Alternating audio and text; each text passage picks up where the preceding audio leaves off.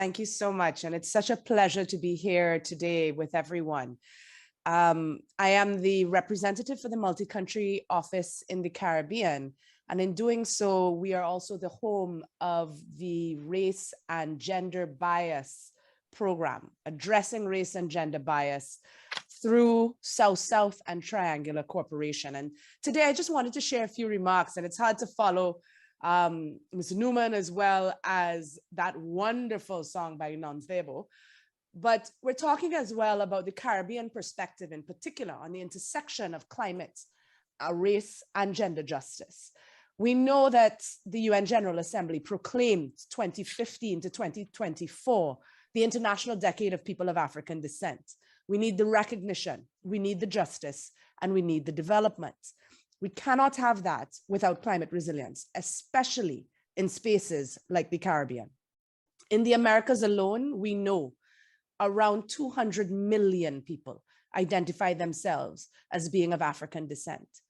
And what we're trying to do is to acknowledge that while the colonial legacies and systems of racism and discrimination have been and still remain the lived realities of Afro-descendants and minority ethnic groups in many countries across the world, we have nonetheless created a reality marked at times by joy, success, and through it all, resilience.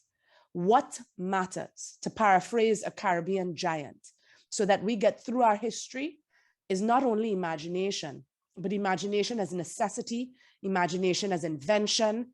Our ancestors survived so that we could thrive. What we know is that our history of enslavement and indentureship in the Caribbean region has left us with practices, environmental practices in particular, that do not value women's empowerment, that don't always value the environment. One of the things that we have been trying to answer, it's not an easy answer, how do we build forward equal? Given over 400 years of colonialization, not just 2 years of a pandemic, how do we continue to build forward equal? How can we take the history of injustice that women have had to really experience for many years as an institutional injustice, and as the descendants of Africans have also had to experience as institutionalized injustice? And how can we do that in a way that acknowledges things and experiences like plantations were at their core counter to climate resilience, counter to environmental resilience? So first we focus on what we did to survive. Things like the small garden food security foundations that most of persons who are descendants of slaves, many who are also descendants of indentured laborers, were able to ensure that not only they fed their families, but made additional income to be able to send their families through school. How do we take those lessons and build upon them, looking first at what was healthy in what made us survive so that we can thrive? How do we reconnect with these beautiful lands, many of them being islands on which our ancestors landed? How do we build on the lessons of the indigenous? Now more than ever, we must focus our ability to encourage new thinking that incorporates intersectionality, taking that historical perspective so that we understand what sustainability really looks like. Intersectionality in the Caribbean is not only constructed solely by gender, it is class, it is ethnicity, it is age, and of course, it will always be looking at the lens of race. And in many cases, also ability and disability. What the regional data and the global data demonstrates is that men and women are very much at risk in different ways from the impacts of climate change.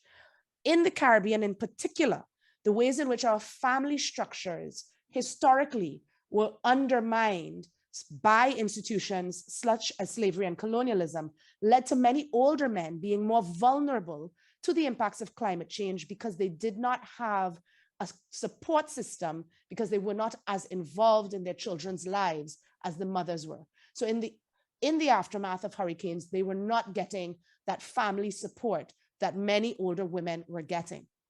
We have to look at the ways in which these kinds of systems have undermined our sense of family and our sense of community, and rebuild so that we can thrive and are no longer individually vulnerable to the impacts of climate change, but that we are collectively resilient to the impacts of climate change.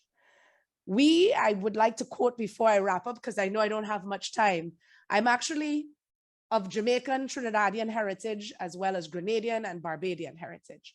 And the Prime Minister of Barbados, the Honorable Mia Amor-Motley, decried the faceless few when she was speaking about the climate catastrophe facing Caribbean small island developing states at the United Nations COP26.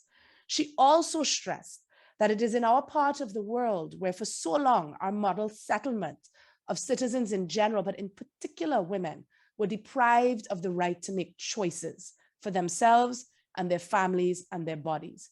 With choice, and that choice comes from the power of being able to earn and being able to have a family that is capable of meeting its needs.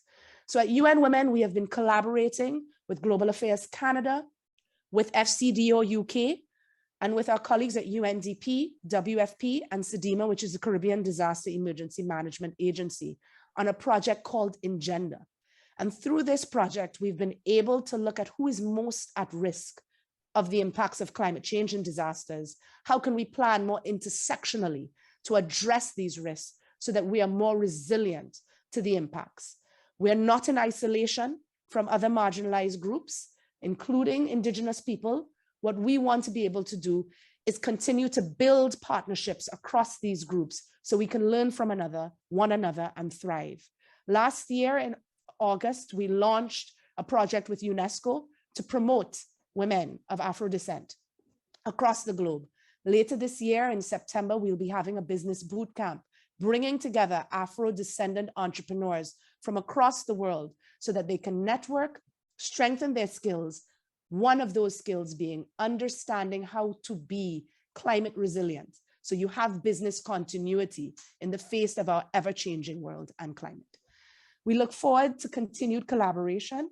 And one of the really exciting projects we often have, and we will be having again later this year in October, is an art exhibition, because it's our art that shows us sometimes when our languages aren't always as effective, how similar we are and what we need to do to share the ways in which we've been able to thrive. Thank you so much for having us. UN Women, of course, is committed to both racial, climate, and gender justice.